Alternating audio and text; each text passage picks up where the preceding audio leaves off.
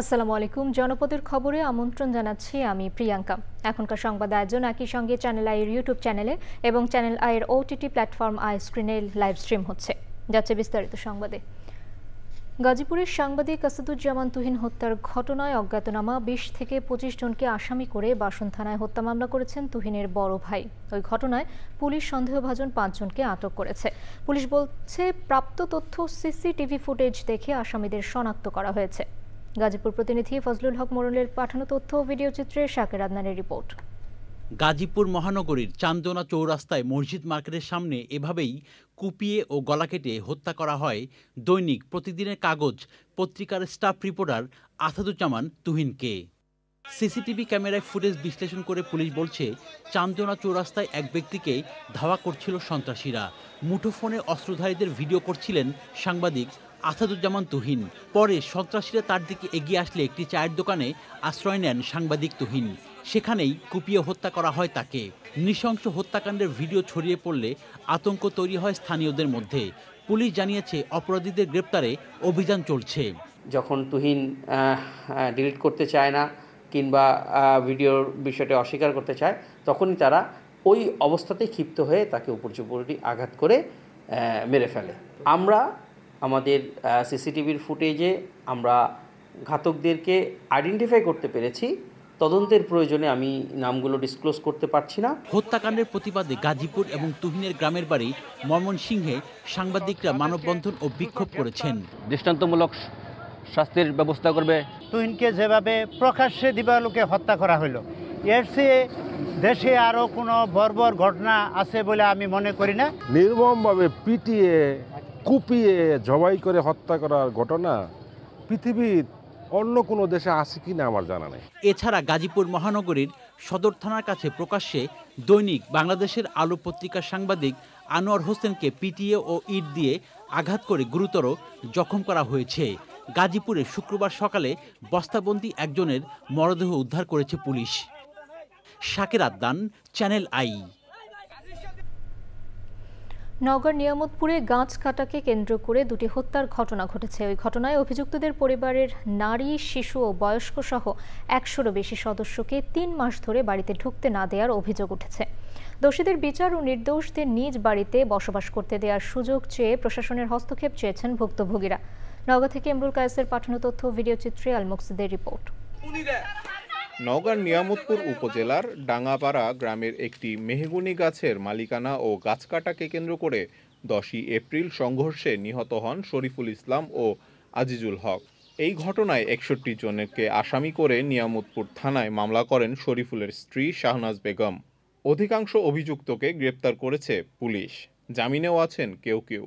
আসামিদের 41 পরিবারের নারী, শিশু ও বয়স্ক সদস্যদের বাড়ি ছাড়া করার অভিযোগও উঠেছে। আমরা কি অপরাধ করেছি? আমরা এই ছাল পল নিয়ে দেশে দেশে ঘুরেছি, ঘর বাড়ি তো কিছু নেই, ভেঙে চুরে সবকিছু ভাঙচুর করে ফেল দিছে। 3 মাস হয়ে যাচ্ছে বের হয়ে, মানে গ্রামে ঢুকতে দিচ্ছে না। আমাদের ইরি আমন যে ধান, সেই ধানটাও কেটে নাই। গ্রাম ছাড়া হওয়া এইসব পরিবারের শিশুদের লেখাপড়া বন্ধ হয়ে গেছে। মানবেতর জীবনযাপন করছেন বয়স্করা। মারামারি হয়েছে, খুনাখুনি মরছে, কার খাইকে মরছে, বিচার আছে, বিচারে হবে। এত গায়ের লোকের দুশ্মন হয়ে গেছে আল্লাহ। তবে অভিযোগ অস্বীকার করেছে বাদীপক্ষ। পুলিশ সহকারে, আত্মীয় স্বজন সহকারে 1 সপ্তাহ মানে 8 থেকে 10 দিন ধরে এলা জিনিসপাতি সম্পূর্ণ ওরা ডয়ে নিয়ে গেছে। কাউকে হয়রানি করা কাম্য নয় মন্তব্য করে প্রয়োজনীয় পদক্ষেপ নেওয়ার আশ্বাস পুলিশ সুপারের। অপরাধের সাথে যারা সংশ্লিষ্ট তাদের বাইরে যদি অন্য কেউ এখানে কোনো ধরনের হয়রানি শিকার হয়, এই বিষয়টি অবশ্যই আমি খতিয়ে দেখব এবং প্রয়োজনীয় পদক্ষেপ গ্রহণ করব। হত্যাকাণ্ডে জড়িতদের শাস্তি ও নিরপরাধদের নিজ নিজ বাড়িতে বসবাস করতে দেওয়ার দাবি জানিয়েছেন ভুক্তভোগী ও স্থানীয়রা। আল মুকসিদ, চ্যানেল আই।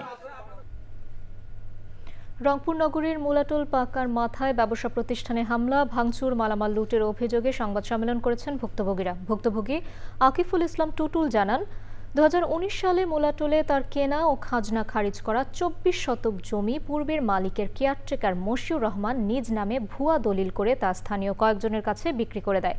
এ নিয়ে অপরাধ প্রমাণিত হওয়ায় আদালতের মাধ্যমে মশিউর রহমান ও তার সহযোগীরা কারাভোগ করেন। জামিনে মুক্তি পাওয়ার পর গত 2 আগস্ট মশিউর ও তার সন্ত্রাসী বাহিনী ওই জমি দখলে নেওয়ার চেষ্টা করে। এ নিয়ে মামলা হলে আদালতের নির্দেশে পুলিশ জমির মালিক টুটুলের কাছে দখল বুঝিয়ে দেন। এ ঘটনায় ভুক্তভোগী টুটুল লুট হওয়া মালামাল উদ্ধারের দাবি জানিয়েছেন।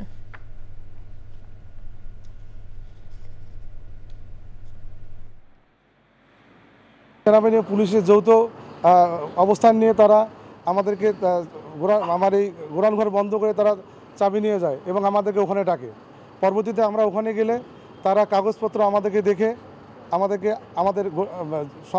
আমাদের জায়গা আমাদেরকে বুঝাই দেয়। এখন চাওয়া হচ্ছে আমি এটা ন্যায় বিচার চাই। আমার এই প্রায় অর্ধ কোটি টাকার মালামাল লুটপাট হয়ে গেছে এবং মশিউরগঞ্জ যারা এখানে আসছিল প্রত্যেকে আমি বিচার চাই। এবারে প্রতিনিধিদের পাঠানো তথ্য ও ভিডিও চিত্রে সারা দেশের বিভিন্ন খবর নিয়ে আলমুকসিদের আরেকটি রিপোর্ট। চাকরি প্রার্থীদের জন্য রাজশাহী প্রকৌশল ও প্রযুক্তি বিশ্ববিদ্যালয়ে ক্যারিয়ার ক্রুজ অনুষ্ঠিত হয়েছে। উদ্বোধন করেন উপাচার্য অধ্যাপক ডক্টর SM আব্দুর রাজ্জাক। এতে দেশের মোট 6টি প্রতিষ্ঠান অংশগ্রহণ করেছে। মানিকগঞ্জে জনস্বাস্থ্য ও পরিবেশের উপর কীটনাশকের ক্ষতিকর প্রভাবের বিষয়ে সংবাদ সম্মেলন করেছে কৃষি ও জীববৈচিত্র্য উন্নয়নমূলক সংস্থা বার্ষিক। এতে কীটনাশকের ক্ষতিকর প্রভাবের অনুসন্ধানমূলক সমীক্ষার প্রতিবেদন তুলে ধরা হয়। ব্রাহ্মণবাড়িয়ায় সাংবাদিকদের সাথে মতবিনিময় করেছেন বিএনপির মনোনয়ন প্রত্যাশী বিশিষ্ট চিকিৎসক নাজমুল হুদা বিপ্লব।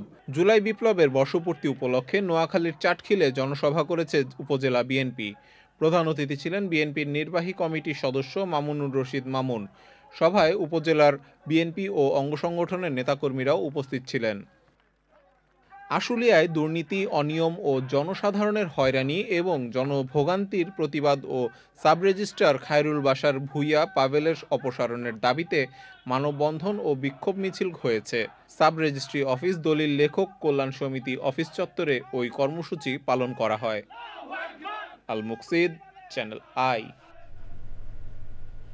ফুটবলে অসাধারণ প্রতিভাবান এক খুদে ফুটবলার চাঁদপুরের ছোট্ট শিশু সোহানের দায়িত্ব নিলেন বিএনপির ভারপ্রাপ্ত চেয়ারম্যান তারেক রহমান।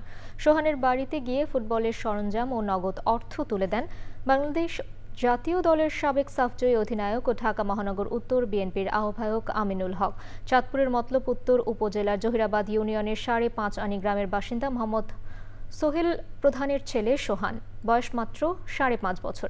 প্রতিদিন বাবার কাছ থেকে প্রশিক্ষণ নিচ্ছে সে। পরিবারের অর্থনৈতিক অবস্থা ভবিষ্যৎ গড়া নিয়ে শঙ্কা তৈরি হয়। এমন অবস্থায় শিশু সোহানের দায়িত্ব নিয়েছেন বিএনপির ভারপ্রাপ্ত চেয়ারম্যান তারেক রহমান।